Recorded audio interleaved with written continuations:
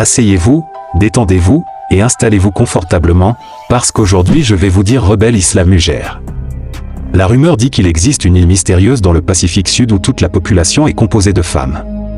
Les gens l'appellent l'île Vierge. Beaucoup de gens essaient de trouver l'emplacement de l'île et qui ne le ferait pas.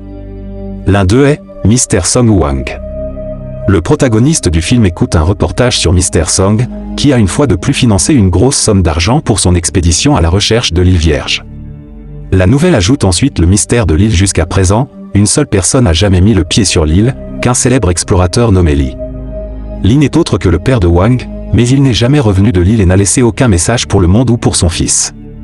On dit qu'il était hypnotisé par les beautés de l'île. Il a donc décidé d'y rester définitivement. Wang est déterminé à retrouver son père. Wang décide de participer à l'expédition de Mr. Song et se dirige vers le rivage pour y monter à bord d'un navire. Il rencontre un ami Yongwoo qui prétend être un navigateur expert, mettant en place tout Wang et lui à bord du navire.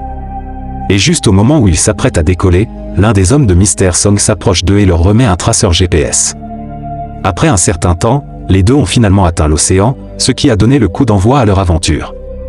Après 2 mois d'errance dans le néant, ils deviennent pessimistes. Et alors que les garçons se plaignent du GPS, ne fonctionne pas, une volée d'oiseaux les survole, cela indique qu'ils sont près d'une île. Et lorsque Wang passe à travers ses jumelles, il confirme la nouvelle et la partage avec son ami. Heureusement, les marées hautes ne permettent pas aux garçons d'accoster leur bateau. Ils sont donc obligés de nager jusqu'à la scène suivante. Lorsque les deux amis se réveillent sur le rivage, ils remarquent une armée de femmes qui les entoure. Plus tard, la tournée a amené à leur camp pour un interrogatoire comme d'habitude. Il devient trop confiant et essaie de parler aux femmes, mais finit par se faire battre. Par un coup de bâton à cause de l'incident, les garçons sont enfermés dans une cage en bois en guise de punition. Pendant ce temps, le chef des femmes qu'il appelle patriarche s'approche des deux et commence à parler. Elle mentionne que seule une poignée de personnes ont pénétré dans leur île au cours des 500 dernières années, mais toutes étaient des navigateurs expérimentés une fois les femmes hors de vue.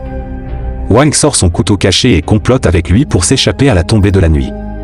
Ils réussissent leur plan et finissent par sortir de prison. Après cela, Wang décide de vérifier la tribu pour trouver des indices pendant qu'il entreprend de trouver des moyens de s'échapper de l'île. Pendant que Wang arrive au village des femmes et entre dans l'un des cases.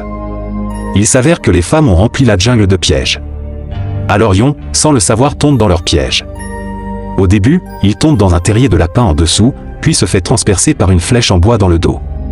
Pendant ce temps, Muyan, une sœur innocente typique de la tribu des femmes, et sa sœur Moon entrent dans la hutte dans laquelle Wang a fouiné. Étonnamment, la cabane est un lieu de baignade pour les insulaires et quand Muyan commence à se déshabiller et à se préparer pour son bain. Wang essaie de se faufiler hors de la pièce. Malheureusement, il se fait prendre par la sœur de la fille qui ne le laisse pas partir. La salle d'essai. Le patriarche dit à Wang que s'évader de prison est un péché dans leur culture. Et qu'essayer d'attaquer le clan assure une punition mortelle. Juste à ce moment-là, Yon meurtri et battu arrive sur les lieux pour sauver son ami. Il menace le clan, qu'il est un soldat entraîné qui connaît les techniques de combat, mais les femmes ne sont irritées que par ses mensonges et le battent à nouveau. Le clan pense qu'être vu par un homme quand ils sont nuls les rend laids. Par conséquent, ils exigent d'exécuter Wang et son ami, mais avant de préparer les garçons pour leur finale, n'est-ce pas? Le patriarche est curieux de savoir pourquoi ils ont visité son île. Wang répond qu'il est à la recherche de son père qui est venu sur l'île il y a 10 ans. À sa surprise, le patriarche révèle qu'elle a rencontré son père, qu'elle aussi le cherche. Elle mentionne que si jamais elle revoit son père, elle le tuera. Les femmes préparent le grill tandis que les garçons sont attachés et conservés séparément dans 2 barils géants, les jeunes craignant qu'ils ne soient marinés avant d'être rôtis. Mais il est interrompu par un gémissement qui vient enfin d'affronter son pervers. Elle s'en prend à Wang pour l'avoir espionné et lui dit cela pour lever la malédiction d'être laide. Elle doit le tuer. Cependant, juste au moment où il semble qu'elle soit sur le point de l'achever avec un couteau, au lieu de le couper, elle ouvre sa corde avant de laisser les deux s'échapper. L'innocente Muyan affirme qu'elle déteste Wang, mais en même temps, elle ne le fait pas, elle ne veut pas qu'il meure à cause d'elle. Malheureusement, les garçons prennent le chemin de la jungle et tombent dans les pièges tendus. Le lendemain matin, Wang et Yon sont à nouveau capturés et attachés devant l'arbre sacré. Les femmes préparaient différents types d'ingrédients à la lumière du feu pour faire mariner les garçons et les manger après la torréfaction. Mais le processus est interrompu lorsque Shonhua, une des femmes du clan, se noie dans l'océan, tandis que les femmes se précipitent vers le rivage. Les garçons en profitent pour s'échapper en brûlant leurs cordes raides. Ils fuient également la scène, sans se rendre compte qu'ils ont mis le feu à l'arbre sacré.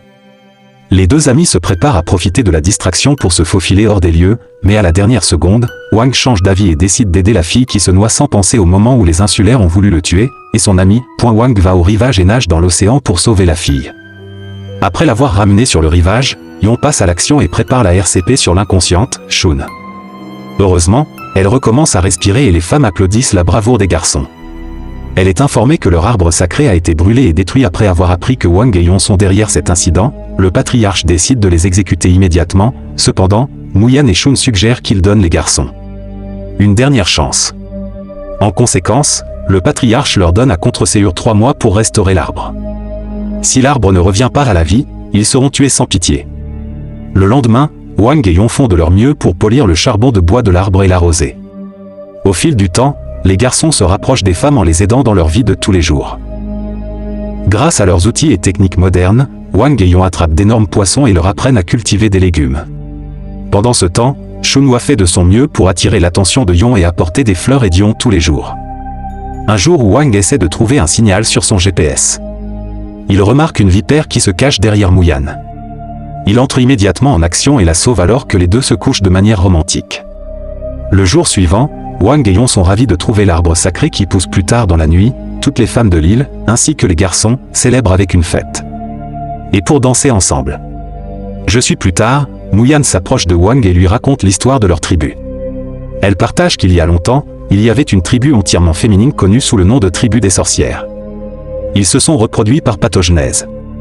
Ils étaient la tribu la plus proche de la nature parmi les humains primitifs, chargés de garder la graine Yon, qui contenait les secrets de la vie dont ils sont les descendants du clan des sorcières. Le lendemain matin, elle emmène Wang à l'endroit où elle a vu son père pour la dernière fois. Là, Wang trouve le vieux journal de son père, où il est écrit sur son temps avec le clan des sorcières. Il écrit que c'est à cause de leurs gestes chaleureux, de leur gentillesse, de leur simplicité et de leur respect de la vie qu'il ne voulait pas que l'expédition détruise leur vie. Il n'a donc jamais rapporté en espérant que le clan et ses secrets de vie restent à l'écart de la cupidité des hommes modernes. Il conclut ensuite le sien, dépeignant son inquiétude pour Wang et espère que son fils comprendra les choix qu'il a faits dans la scène suivante. Wang réalise ce qu'il doit faire et détruit le traceur GPS. Mais avant qu'il ne puisse s'éloigner, ils entendent un bip provenant du GPS, indiquant qu'il fonctionne toujours ailleurs. Mr. Song est informé de l'emplacement de l'île, les garçons se précipitent alors vers le patriarche et l'avertissent de quitter l'île immédiatement. Mr. Song et ses hommes sont en route pour récupérer les semences qui l'ont protégé. Ils élaborent alors un plan pour séduire les hommes, les attirer et les éliminer un par un assez tôt. Mr. Song arrive avec son équipage et ordonne à 4 de ses hommes de vérifier l'île. Les hommes arrivent au village. Mais ils sont surpris de voir de belles femmes attendre la prochaine. Les femmes jouent leur rôle, saoulent les hommes et réussissent à les assommer. Après que ces hommes ne se soient pas présentés, Mr. Song lui-même s'aventure dans l'île et commence son inspection. Il le salue à la porte et essaie de le convaincre que ce n'est pas l'île vierge qu'il recherchait. Mais Mr. Song n'est pas idiot. Alors il ordonne à ses hommes d'attacher les femmes avec les 2 garçons. Il menace alors le patriarche et lui demande le secret de la vie afin qu'il puisse devenir immortel. Lorsqu'elle refuse, Mr. Song menace de tuer Moon en conséquence. Les femmes guident à contre-séure Mr. Song et ses hommes vers l'endroit où ils ont caché la graine. Muyan, cependant, sur le chemin, lorsque Shunhua renverse un homme, toute la tribu riposte. Pendant ce temps, Mr. Song s'échappe de l'endroit avec Wang et l'oblige à porter une bombe à retardement. Il menace alors de le faire exploser. S'il ne révèle pas le secret du clan des sorcières, Yon et les femmes arrivent sur les lieux et soumettent Mr. Cependant, pendant le processus, Mr. Song parvient à appuyer sur le bouton et active un 32e compte à rebours sur la bombe alors que le temps presse. Wang se rend compte qu'il doit faire le sacrifice ultime. Alors il court seul vers l'océan. En courant, Wang a beaucoup de pensées en tête. Après toutes les expériences qu'il a eues avec le clan des femmes, il comprend enfin que leur mission est de protéger l'équilibre entre la nature et la vie. Il comprend aussi le sacrifice que son père a fait en retour. Alors maintenant, il doit faire ce même sacrifice pour protéger le clan. Bientôt, la bombe explose dans la mer, voyant Muyan hurler d'agonie, tandis que les autres pleurent sur la perte de l'homme qui a fait le sacrifice ultime, puis l'écran devient noir dans la scène post-générique. La pesée a montré un réveil miraculeux, car il semble que la magie de l'île l'ait ressuscité pour son sacrifice désintéressé. Donc, si vous avez aimé, appuyez sur le bouton j'aime et partagez la vidéo avec vos amis. N'oubliez pas non plus de vous abonner pour plus de nouvelles et vidéos intéressantes.